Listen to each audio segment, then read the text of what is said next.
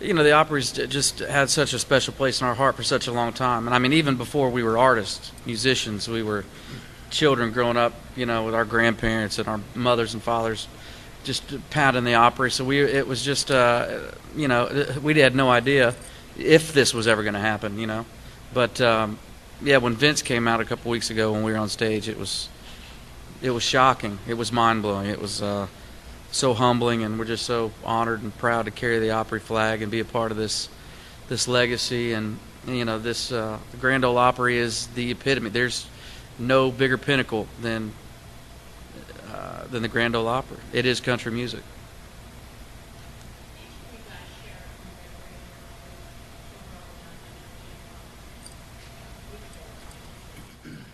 Yeah, the first time I saw the Grand Ole Opry, I was about 6 years old, and Vince Gill was singing.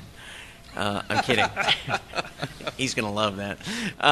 I actually saw Roy Acuff on stage, the first person that I saw perform on the Grand Ole Opry, and it was the summer of 1985 on summer vacation with my family, who I'm so happy they're here tonight to see this because, like I said a couple weeks ago, the only seats we could afford were the ones in the nosebleed way up top in the Opry House. So to think back to that time of watching the Grand Ole Opry and looking down at that little circle and wanting to someday just perform on the Opry, to now have it come full circle the way that it has and to be the newest members tonight is really emotionally overwhelming for me. And my mom and my sister and I have shared many, many memories today sitting on my bus talking about coming here all those summers ago that we did on those vacations. It's pretty amazing because I was having a conversation with my dad today about this, and I remember when I was growing up, you could watch the Grand Ole Opry on TV.